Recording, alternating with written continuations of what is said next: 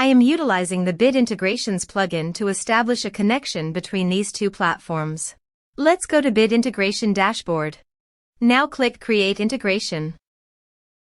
Now search and select Trigger, which is MetForm. Select a form. Click Next. Now here search and select Encharge. Here, give a meaningful integration name as you want. To get API, please visit Encharge API console. Copy the API key and paste it here. Click Authorize. Authorization is successful. Click Next. Give one or multiple tags.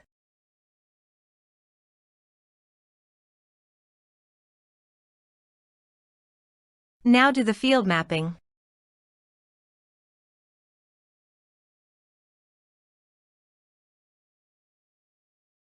Here is the conditional logic. You can use it if you want. If the condition matches, then the data you will send to Encharge. Then click Next. Now save the integration. Now go to your form and type some information.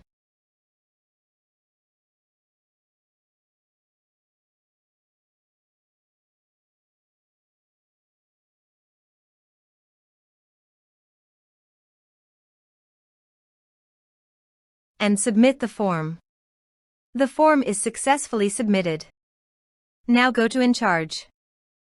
Here is the data that came into Encharge through the integration. Thanks for watching our video.